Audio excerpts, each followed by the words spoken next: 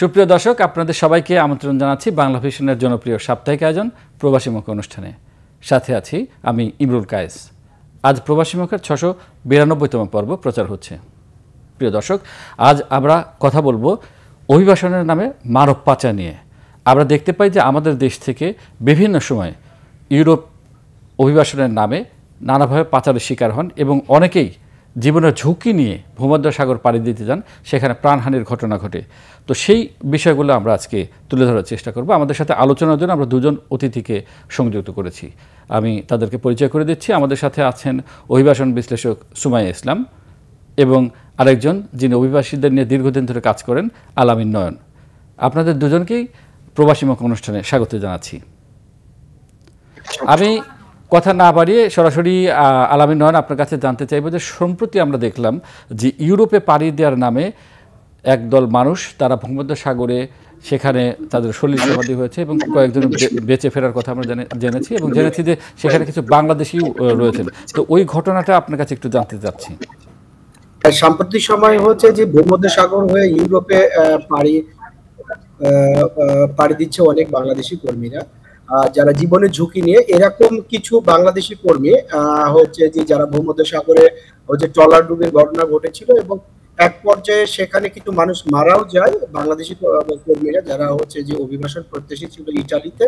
এবং Algeria coast guard হচ্ছে যারা মানে পানিতে এরকম কর্মীদেরকে হচ্ছে উদ্ধার করে এবং আলজেরিয়া নিয়ে গিয়ে হচ্ছে সে দেশের ডিপোর্টেশন ক্যাম্পে রাখে। তো সেই দেশ থেকে আগে আমরা হচ্ছে যে অক্টোবর মাস 2024-এ আটজন ফেরত নিয়ে আসতে সক্ষম হয়েছিলাম ব্র্যাকের পক্ষ থেকে। এবং আগামীকালকে আপনারা জানেন যে আগামীকাল 5জন কর্মী ফিরতেছে আলজেরিয়া থেকে। তো তাদের কালকে আমরা শুনবো তাদের কাছ থেকে ভয়াবহতার ঘটনাগুলো কি, এবং আমাদের এই জায়গায় আরো কিছু কাজ করতে হবে। জি, আমরা আসবো। আমি সুমাইয়া ইসলামের কাছে জানতে চাইব, এই যে আমরা এত সচেতনতামূলক অনুষ্ঠান করি, গণমাধ্যমে প্রচার করি, এই যে পাচারের ঘটনা নিয়ে, এই ভূমধ্যসাগরে যে শরীর সমাধি হয়, প্রাণহানির ঘটনা ঘটে, সেই বিষয়গুলো নিয়ে আমরা সব সময় কথা বলার চেষ্টা করি। তারপরেও একদল মানুষ আমরা দেখি যে তারা উদ্বুদ্ধ হয়ে, দালালদের কথা উদ্বুদ্ধ হয়ে জীবনের ঝুঁকি নিয়ে যাওয়ার চেষ্টা করেন। এইটা কেন হচ্ছে, কেন থামাতে পারছি না? এটা সবথেকে বড় কারণটা কি জানেন? এই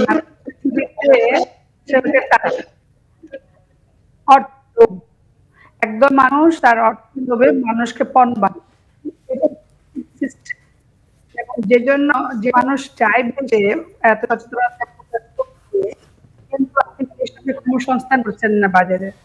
আপনি মার্কেট সংস্থা নাই, আপনার প্রচুর পপুলেশন, তাদের জন্য সুবিধা নাই। তো অটোমেটিক্যালি যখন একটা বল দেশে পাঠার করে প্রচুর টাকা ইনকাম করতে পারে, মানুষকে পূর্ণ বানাতে পারে এবং বিচার বা তাদেরকে কোনো আইনের সঠিকতা বিচার করেননি। তো সেই কারণে মানুষ দিনের পর দিন অসহায় অবস্থার মধ্যে পড়ে এবং মানুষ তো তার জীবনের অন্য সংস্থানের জন্য শিখেছেন এবং শেষ করে স্বাভাবিক গতি ভালো রাখতে চান।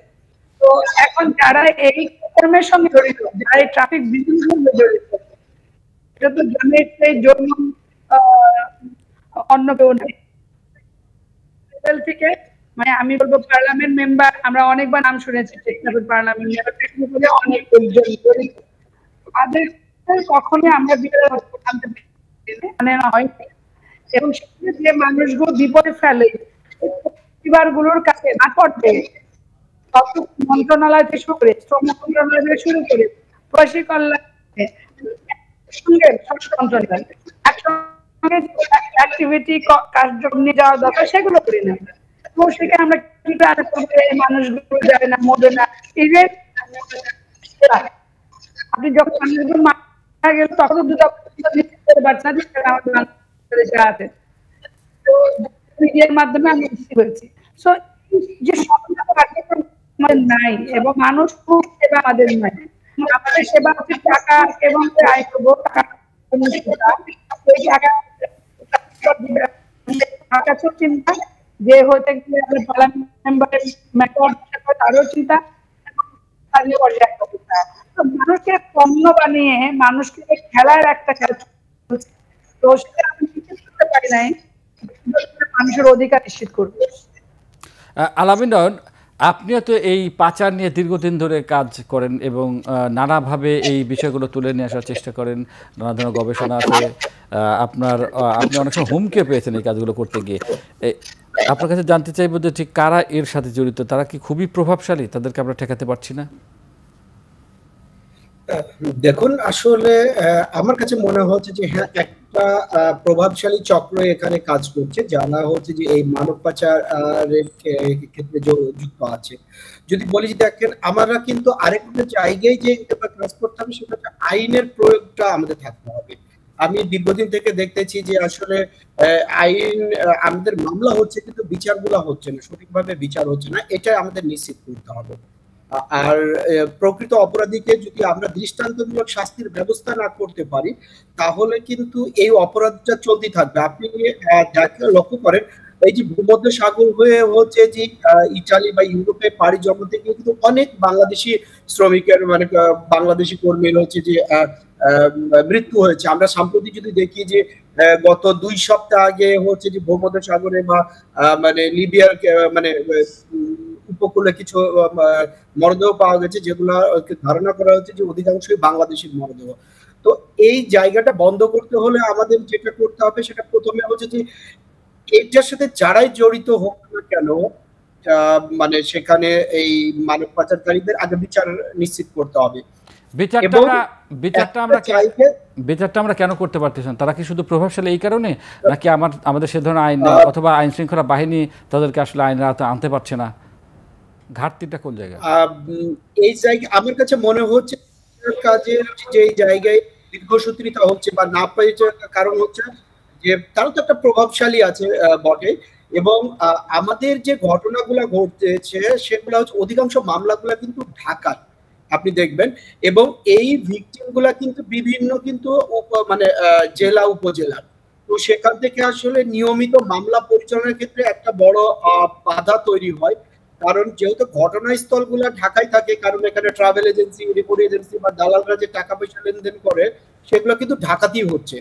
তো সেক্ষেত্রে সেই মামলার যদি ঘটনাস্থল ধরে হচ্ছে, তাহলে ঢাকায় কিন্তু মামলাগুলো বেশি হওয়ার কারণে একজন মানুষ উত্তরবঙ্গ থেকে বা ধরেন যে দূর দূরান্ত থেকে এসে মামলা পরিচালনা করে, তার জন্য হচ্ছে যে কঠিন হয়ে যায়।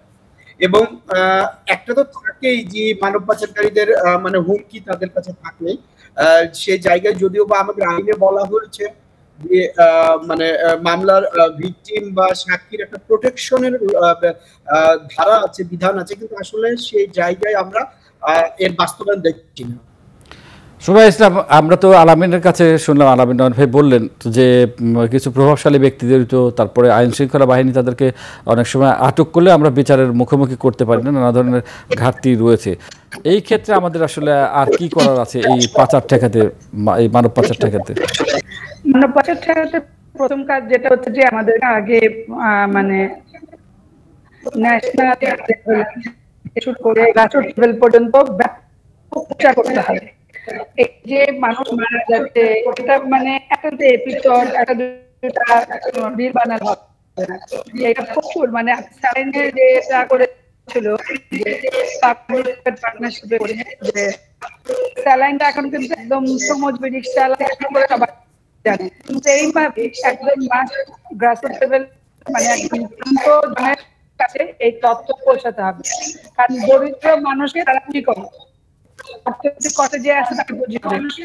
তো এইটা যদি কাজ করা যায় এক বিষয়। আর হচ্ছে আইন, কিন্তু আমাদের আইনটা অনেক ভালো।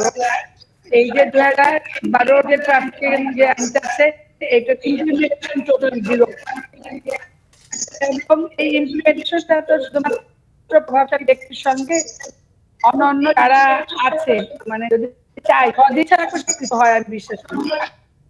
তো সেটা নাই বলে এটা করা যায় না। আর আমি মনে করি যে ট্রাফিক কাজটা কখনোই খুব চুনপুটিদের কাজ না। আমরা যখন ধরি চুনপুটিদেরকে ধরি, মানে লেয়ার অনেক লেভেল নিচ্ছে, আর উপরের লেভেল কাউকে আমরা ধরে রাখতে পারি নাই, বা সেটাকে সঠিকভাবে করার জন্য যা দরকার সেটা করতে পারে না। এবং আমার মনে হয় যে এই যে টাকাটা ইনকাম করে যে মানুষ পাচার করে দিয়ে মানুষকে যে বিপদের মধ্যে ফেলে, এইখানে টাকার ভাগ বাটা অনেক জায়গাতে যায়। তা না হলে পরে এক বাঙালিকে মেরে রাখছে, আটকে রাখছে, টর্চার করছে।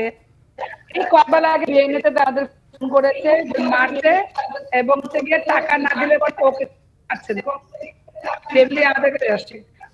আমার বিয়ে ফেরত অনেক কম টাকা সিলেটে এবং মাদারীপুর অফিস যাচ্ছে। তো তাদের যে কোন কাহিনী সেই শরীর টেনে শুনলে আমাদের মানে বন্ধ হয়ে যায়। তাহলে এইটা কি আপনার যারা আইন ইমপ্লিমেন্টেশন তারা কি যেতে পারে না? নিশ্চয়ই পারছে।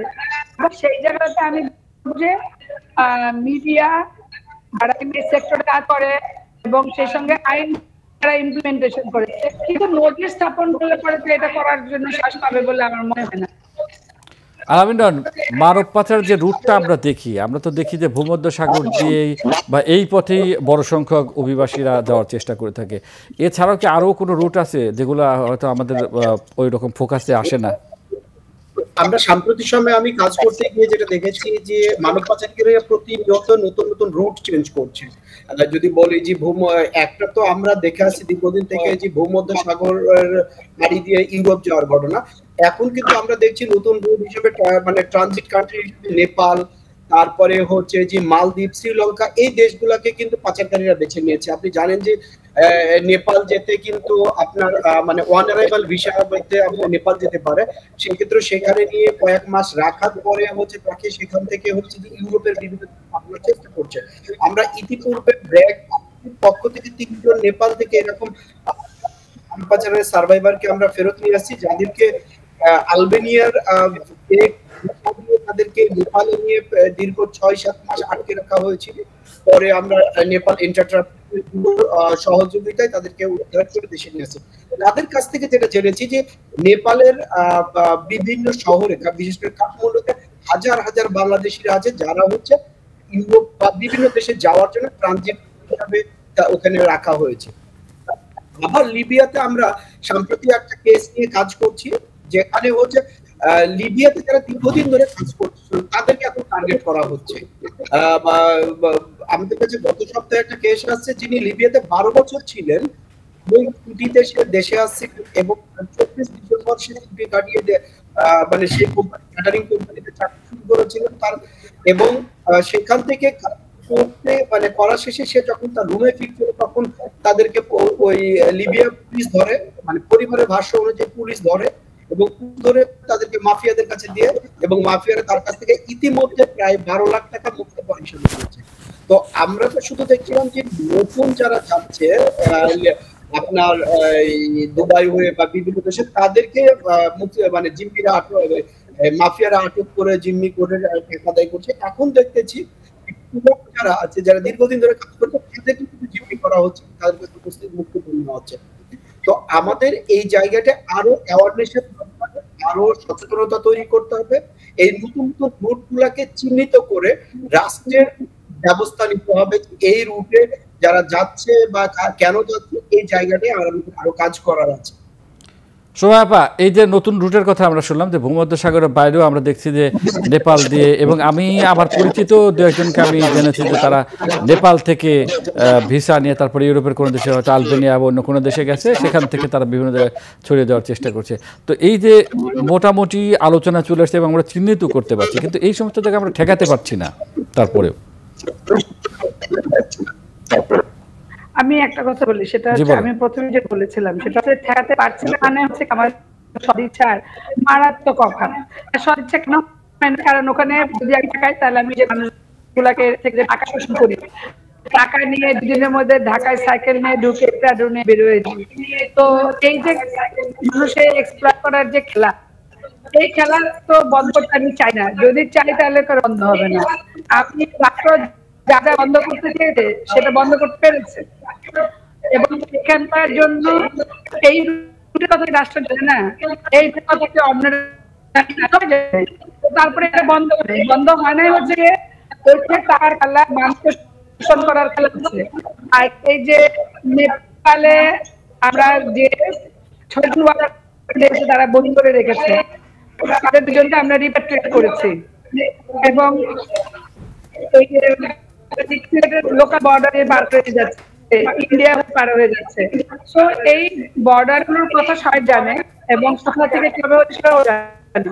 তো সেটা বন্ধ করার জন্য আমি বলবো যে সরকার এখন পারে সম্মিলিত প্রচেষ্টা করতে।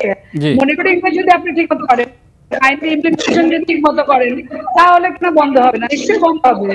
জি জি, সুমাইয়া এবং আলামিন ভাই, আমরা আলোচনা করব। প্রিয় দর্শক, আমরা অনুষ্ঠানের এই পর্যায়ে নিচ্ছি ছোট্ট একটি বিজ্ঞাপন বিরতি, সঙ্গেই থাকুন।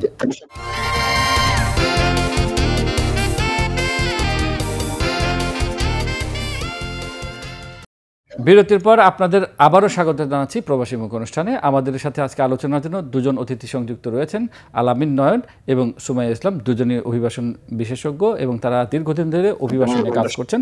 আজকে আমরা যে বিষয়টি প্রিয় দর্শক আলোচনা করছি সেটি হচ্ছে যে অভিবাসনের নামে যে মানব পাচার হচ্ছে, এটি একটি অ্যালার্মিং স্টেজে পৌঁছে গেছে। দীর্ঘদিন ধরেই আমরা কোনোভাবেই ঠেকাতে পারছি না। এই বিষয়গুলি আমরা কেন পারছি না, কী করা দরকার, সেই বিষয়গুলো আমরা আলোচনা করব।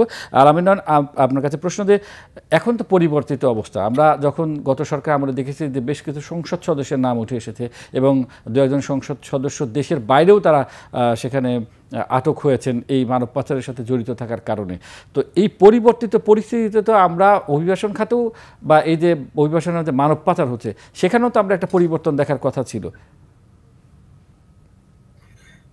হ্যাঁ, আমরা তো যারা আমরা মানব পাচার প্রতিরোধে কাজ করছি বা অভিবাসন খাতে কাজ করছি, তাদের সবারই একটা আশা ছিল যে হয়তো বা আমরা 5ই আগস্টের পরে যখন নতুন আমরা অন্তর্বর্তীকালীন সরকার পালাম, কেয়ারটেকার গভর্নমেন্ট পালাম, তখন মনে হয়েছিল যে এই জায়গাটায় পরিবর্তন আসবে এবং এখানে কঠোরভাবে মানব পাচারটাকে দমন করা হবে এবং নিরাপদ অভিবাসন নিশ্চিত করা হবে।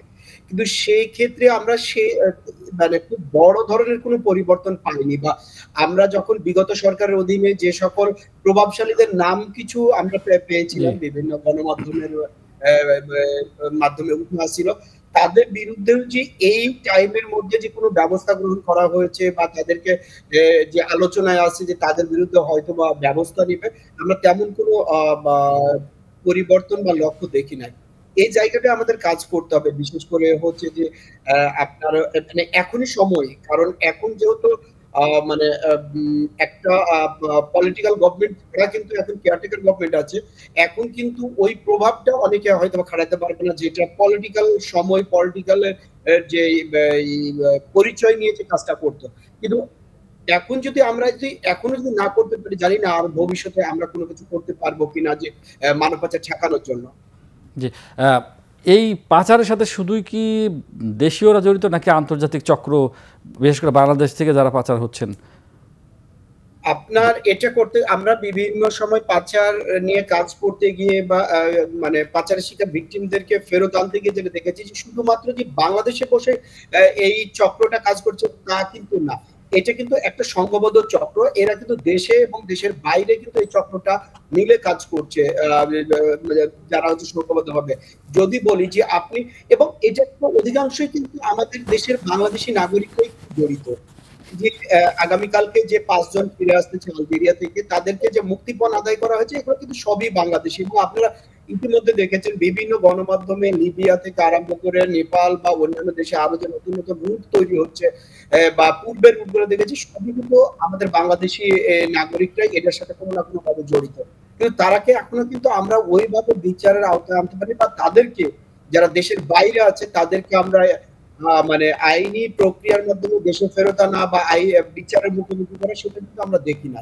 তো এটা নিশ্চিত করতে হবে। এবং এই জায়গাটা বলবো যে আমাদের দূতাবাস গুলাকে আরো শক্তিশালী পালন করতে হবে, বিশেষ করে দেশের বাইরে যে সকল চক্রগুলো আছে, আমরা নাম পাচ্ছি, তাদের ঠিকানা পাচ্ছি, তাদের কিছু নাম্বার পাচ্ছি, বাট এটা নিয়ে যে আমার রাষ্ট্র খুব বেশি কাজ করছে, দূতাবাস গুলা বেশি কাজ করছে, বিশেষ করে পাচারকারী গুলাকে গ্রেপ্তার বা আইনের আওতায় আনার বিষয়ে, এটা কিন্তু আমরা লক্ষ্য করি না।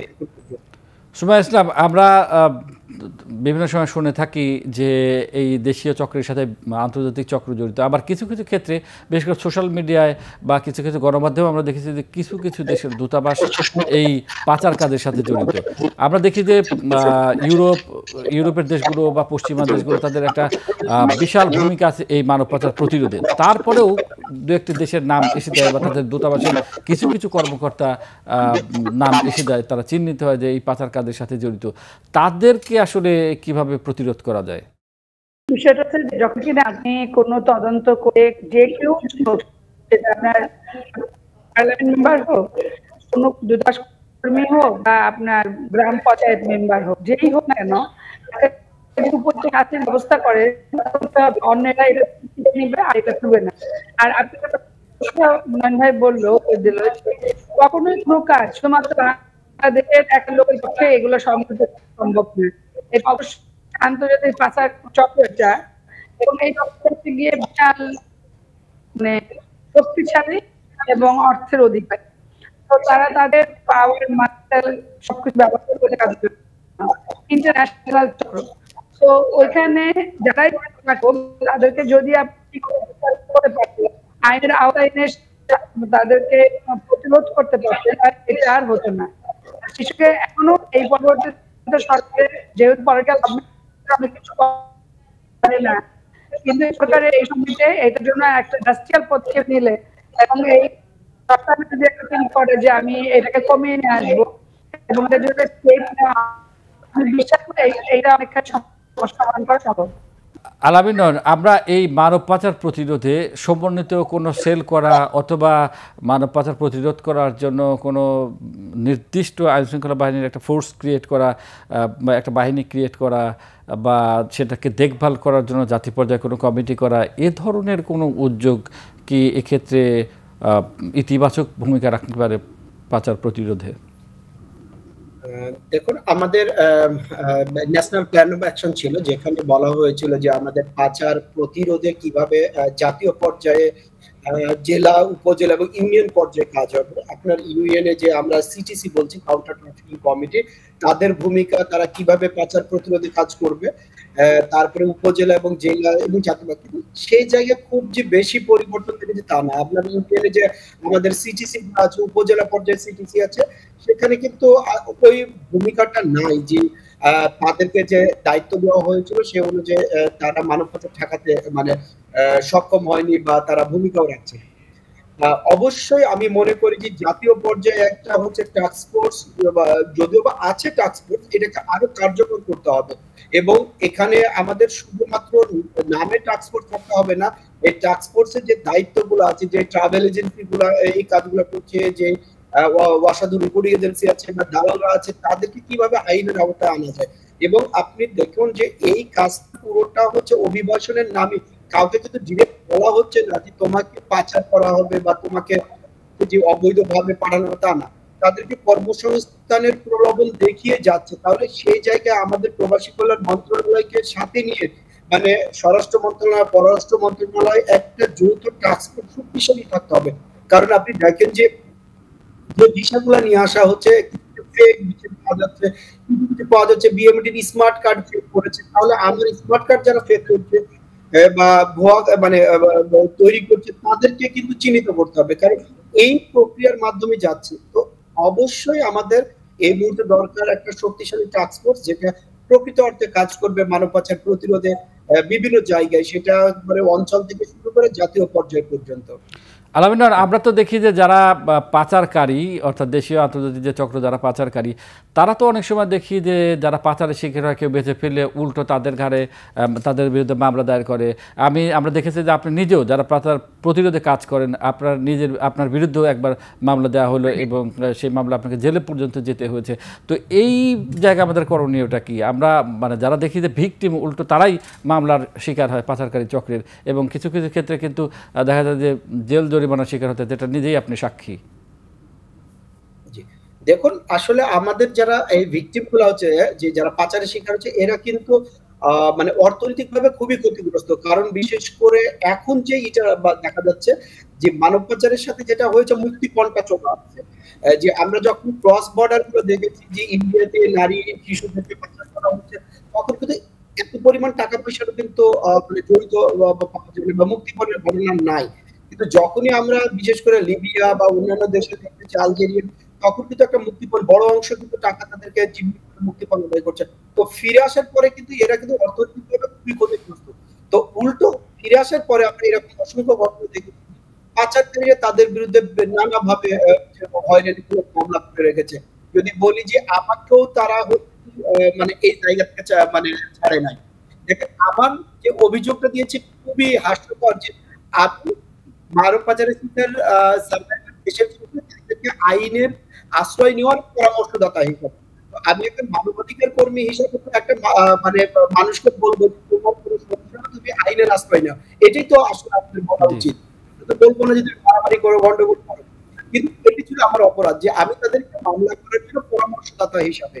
তো দেখেন এই ধরনের হাস্যকর কিছু ঘটনায় যদি আমাদেরকে থামানোর চেষ্টা করা হয় বা আমাদেরকে যদি ধরেন যে ভীতি প্রদর্শন করা হয়, এটা আসলে দুঃখজনক। এই জায়গায় অবশ্যই রাষ্ট্র আমাদের পাচারের শিকার ব্যক্তিদের বা আমরা যারা কাজ করি মানব পাচার নিয়ে তাদের পাশে একটু দাঁড়াতে হবে।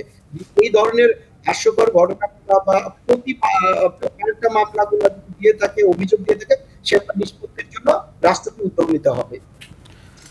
জি, অবশ্যই উদ্যোগ নেওয়া উচিত। সুমাইয়া ইসলাম, আমাদের আলামিন যেমন বলছিলেন যে আলাদা টাস্ক ফোর্স করা যায় কিনা পররাষ্ট্র মন্ত্রণালয়, তারপরে প্রবাসী কল্যাণ মন্ত্রণালয় বা অন্যান্য যারা স্টেক হোল্ডার আছেন সেই সমস্ত মন্ত্রণালয়ের সমন্বিত প্রচেষ্টা হিসেবে এটা হচ্ছে যে মানব পাচার প্রতিরোধের টাস্ক ফোর্স এবং যে আপনার বিভিন্ন কমিটি গঠন করা আছে, কিন্তু এগুলো সবকে ইনঅ্যাক্টিভ করে রাখা এবং এগুলোকে অ্যাক্টিভ করানো, প্রতি মাসে এদের মিটিং এর সিস্টেম করা, মনিটরিংটা বাড়ানো দরকার, ইমপ্লিমেন্টেশন বাড়ানো দরকার আইনের এবং পলিসি। অনেকগুলো স্টেপ বাই স্টেপ কমিটি আছে, কিন্তু সেই কমিটিগুলো একটাও না। আমরা ইউনিয়ন পরিষদের কথা বলেছি, উপজেলা যে কথা বলেছি, এটা একটা সময় যখন তৈরি হয়েছে প্রজেক্ট ছিল, প্রজেক্ট বন্ধ, কাজ বন্ধ। এটা সরকারকে দায়িত্ব দিতে হবে সরকারের কাজ হিসেবে এবং এটা নিয়মিত ফলো আপ করতে হবে। এক্সপোর্ট করা আছে, কিন্তু আন্তঃমন্ত্রণালয় সমন্বয় করা দরকার, জিনিসটা নাই। তো আন্তঃমন্ত্রণালয় সমন্বয় করে শুরু করে যতগুলো লেভেল আছে সেইগুলোতে পুরোটাকে প্রচার, মনিটরিং এন্ড ইমপ্লিমেন্টেশনটা করতে পারে, কাজটা হবে। এইভাবে কি করা যায়? ধরেন যদি আলাদা টাস্ক ফোর্স হয়, সেখানে সরকারি প্রতিনিধিদের পাশাপাশি বেসরকারি আপনারা যারা কাজ করেন, বিভিন্ন সংস্থা যারা কাজ করে মানব পাচার প্রতিরোধে, তাদেরকেও ইনক্লুড করে একটা কিছু করা যায় কিনা? তাদেরকে ইনক্লুড করে আপনার স্বরাষ্ট্র মন্ত্রণালয়ে অলরেডি কমিটি আছে, কাজ করছে। আচ্ছা, কিন্তু এর বাইরেও আরো অন্যান্য যারা কাজ করছে এবং সেখানে কেন চ্যালেঞ্জটা কি হচ্ছে, কেন এটা বন্ধ হচ্ছে না, আছে এবং কমিটিতে আমার ধারণা আছেন, কিন্তু এখন ইমপ্লিমেন্টেশনের কাজ হচ্ছে না। সেই চ্যালেঞ্জগুলোকে অ্যাড্রেস করে নতুন করে পাবলিক পার্টনারশিপ কি করা যেতে পারে সেটা যদি আমরা আইডেন্টিফাই করি, তাহলে নিশ্চয়ই কাজটা করা সম্ভব। আপা, আরেকটা বিষয় জানতে চাচ্ছি, সেটা হচ্ছে যে আমরা তো দেখি যে পাচার তো শুধু পুরুষই হয় না, পাশাপাশি আমাদের নারীরাও এখন আমরা দেশের বাইরে যায়, বিভিন্ন দেশে যায়, তো নারীদের একটা অংশ আমরা দেখি যে নানা সময় পাচার হয়। এই ব্যাপারে আপনাদের ডাটা বা তথ্য আছে তো, মানে কেমন আছে আর কি, ডাটা কেমন? নারীদের যে পাচারটা হয় সেখানে পাচারের জন্য নারী পুরুষ কারোরই পাচার করতে পারে না, আমি যতটুকু বুঝলাম ভাই। কারণ মানে আলাদা করে দাঁড়ায় না, শুধু প্রবাসী শ্রমিক রেজিস্ট্রেশন নিয়ে যারা আছে সেই ডেটা থেকে যারা পাচারের সম্মুখীন হয় সেটা আলাদা হিসাব, কিন্তু যারা বাইরে যায় বা অন্যান্য অর্ডার তারপরে ওখান থেকে যায়, এগুলোর কোনো স্পেসিফিক ডাটা নাই, আমি এটা নিশ্চিত। এই ক্ষেত্রে এটা কোনো ডেটা নাই, ব্রিটানিয়াতে কোনো ডেটা নেই, ট্রাফিক ভিকটিমদের ব্রিটানিয়াতে ডেটা নাই। আলাদা করে ডেটা না থাকলেও মানে আমরা তো যেহেতু আপনারা কাজ করেন, এটা তো মানে বোঝা যায় যে আসলে কোন দিকে আমাদের নারীদের পাচারের রুট অথবা কোন দেশগুলোকে কেন্দ্র করে বেশি পাচার হয়, সে ব্যাপারে তো নিশ্চয়ই আপনাদের খোঁজখবর আছে। আমরা যেটা দেখতেছি এখন সম্প্রতি আপনারা দেখেছেন গণমাধ্যমে উঠে আসছে যে আমরা দুবাইকে বিশেষ করে ডান্স ক্লাবে যে মেয়েদেরকে ধরেন যে তরুণদেরকে নিয়ে যাওয়া হচ্ছে, যে বিউটি পার্লার বা কোনো কফি শপে চাকরির কথা বলে নিয়ে তাদেরকে হচ্ছে বিভিন্নভাবে অনৈতিক কাজের সাথে মানে যুক্ত করা হচ্ছে এবং সাম্প্রতি দেখা যাচ্ছে মালয়েশিয়াতেও এই ঘটনাটা ঘটছে। আর যদি বলি মিডল ইস্টের সৌদি আরবের ক্ষেত্রে কিছু গৃহকর্মী গিয়ে যে পরিস্থিতির মধ্যে শিকার হচ্ছে, সেটা এক প্রকার পাচারের যাচ্ছে, যে নিয়োগকর্তা কর্তৃক হচ্ছে, তারা মানে শারীরিক, মানসিক বা যৌন নির্যাতনের ঘটনা ঘটেছে বা আমরা দেখেছি। কিন্তু দেখেন, আমরা কি ওই দেশে ওই কোম্পানিগুলোর বিরুদ্ধে কোনো ব্যবস্থা নিতে পেরেছি কিনা? আমাদের দূতাবাস এই বিষয়গুলোকে যখন গণমাধ্যমে আসতেছে, তখন রাষ্ট্র ওই গণমাধ্যমের ঘটনাগুলাকে আমলে নিয়ে ওই দেশের দূতাবাসের মাধ্যমে ওই প্রতিষ্ঠানগুলো বা ওই নিয়োগকর্তার বিরুদ্ধে কোনো ব্যবস্থা নিতে পেরেছে কিনা? এখন পর্যন্ত আমরা দেখি নাই খুব যে বড় যে ওই দেশের নিয়োগকর্তাগুলা বা ওই দেশের প্রতিষ্ঠানগুলোর সাথে আমরা মানে তাদের বিরুদ্ধে ব্যবস্থা নিই। আর আরেকটা যেটা বলছে মানবতার প্রতিরোধের ক্ষেত্রে, যেটা বলছেন যে টাস্ক ফোর্স বা যেটাই করি না কেন, এই জায়গাটা আমাদের হচ্ছে যে এই মানে ভিকটিমদেরকে যদি বলি, সার্ভাইভারদেরকে এনগেজমেন্টটা করতে হবে। আমরা যখন স্বরাষ্ট্র মন্ত্রণালয়ের টাস্ক ফোর্সের মিটিং হচ্ছে, বিভিন্ন মিটিং হচ্ছে যার প্রোটেকশনের জন্য, এরকম সার্ভাইভারকে ওই জায়গায় বা মানবতার ব্যক্তিগত গল্পগুলো কিন্তু শোনা হচ্ছে না, যে কোন জায়গাটায় আসলে গ্যাপ, তারা কিভাবে, যদি বলি একজন মানুষ, আমরা সব জায়গায় শুনতেছি যে তাকে হচ্ছে ঢাকা থেকে একবারে পাচারকারীরা কিভাবে গ্রাম থেকে ঢাকায় নিয়ে আসছে, ঢাকায় কি করতেছে, এবং ঢাকা থেকে যখন এয়ারপোর্ট পাঠাচ্ছে, তখন এয়ারপোর্টে এক প্রকার অনেকে বলছে তাদেরকে বডি কন্ট্যাক্ট করা হচ্ছে, করে আবার বিদেশে নিয়ে গিয়ে তাদেরকে নির্যাতন করছে, কিভাবে করছে। তো যখন আমি এই সার্ভাইভার গুলাকে এনগেজমেন্ট করবো আমার টাস্ক ফোর্সের সাথে, আমার মিটিং এর সাথে, আমার ইয়ার সাথে, তখন কিন্তু অনেকটাই কিন্তু ওই জায়গা থেকে প্রকৃত ঘটনাগুলো কিন্তু বের হয়ে আসবে। তো নারী পুরুষ যেটাই হোক না কেন, এই যে মিটিং যেগুলো আমরা যে এই সিদ্ধান্তগুলো নিই, সেই জায়গায় অবশ্য আমি নিজেও একজন সার্ভাইভার হিসেবে, শিকার ব্যক্তি হিসেবে বলি যে এই জায়গায় আমাদের এই মানুষগুলাকে যুক্ত করতে হবে, যারা পাচারের শিকার ব্যক্তিগুলোকে, তাদের গল্পগুলো শুনতে হবে। যে সময় আপনি যদি কিছু বলেন 30 সেকেন্ড মধ্যে, আপনি মনে হয় কিছু বলতে যাচ্ছিলেন যে নারী পাচারের ইস্যুতে। সেটা হচ্ছে যে নারীদেরকে পাচারের জন্য যেভাবে করে ইন্ডিয়া কোর্ট বা নেপাল কোর্ট যেভাবে করে যাওয়া হয়, এবং দুবাই থেকে মালয়েশিয়া অন্যান্য যেসব জায়গায় যাওয়া হয়, সেগুলা কিন্তু ভিসার বলে নিয়ে যে হয়। আচ্ছা, সেখানে আমরা যদি সেই সমস্ত এজেন্সি গুলাকে আইডেন্টিফাই করি, তাদেরকে ব্যবস্থা করি এবং নারীদের পুনর্বাসনের ব্যবস্থা করি, সেই জায়গাতে অ্যাড্রেস করা সম্ভব। জি, ধন্যবাদ সুমাইয়া ইসলাম এবং আলামিনান, আপনাদের দুজনকেই ধন্যবাদ। অত্যন্ত সুন্দরভাবে আপনারা তুলে ধরেছেন যে কিভাবে বাংলাদেশ থেকে নারী পুরুষ নির্বিশেষে মানুষ পাচার হচ্ছে। অভিবাসী ও যারা উন্নত স্বপ্ন দেখছে, উন্নত জীবন গড়ার স্বপ্ন দেখছে ইউরোপের দেশগুলোতে বা অন্য বিদেশের অন্য কোনো দেশে গিয়ে তাদের জীবনে পরিবর্তন আনতে চাচ্ছেন, অর্থনীতি পরিবর্তন আনতে যাচ্ছেন, কিন্তু তারা দালাল চক্রের মাধ্যমে, দেশীয় বিদেশি দালাল চক্রের মাধ্যমে পাচারের শিকার হচ্ছেন। এটা ঠেকানো এখন আসলে সময়ের দাবি। দুজনেই সেটা অত্যন্ত চমৎকারভাবে বলেছেন এবং কিছু কিছু বিষয় চিহ্নিত করেছেন। যেমন টাস্ক ফোর্সের কথা আছে, যে একটা টাস্ক ফোর্স শক্তিশালী সরকারি এবং বেসরকারি সমন্বয় যদি গঠন করা যায়, তাহলে এই পাচার হয়তো বন্ধ করা সম্ভব। তো আমরাও প্রত্যাশা করি আমাদের এই অনুষ্ঠান থেকে যে কোনোভাবেই হোক এই মানব পাচার ঠেকাতে হবে, আমাদের অভিবাসী বাজার দীর্ঘকাল টিকিয়ে রাখতে হলে। প্রিয় দর্শক, সেই আশা এবং প্রত্যাশা ব্যক্ত করে আমাদের অনুষ্ঠান আজ এখানেই শেষ করছি। আগামী পর্বগুলো দেখার আমন্ত্রণ জানিয়ে সবাইকে আল্লাহ হাফেজ।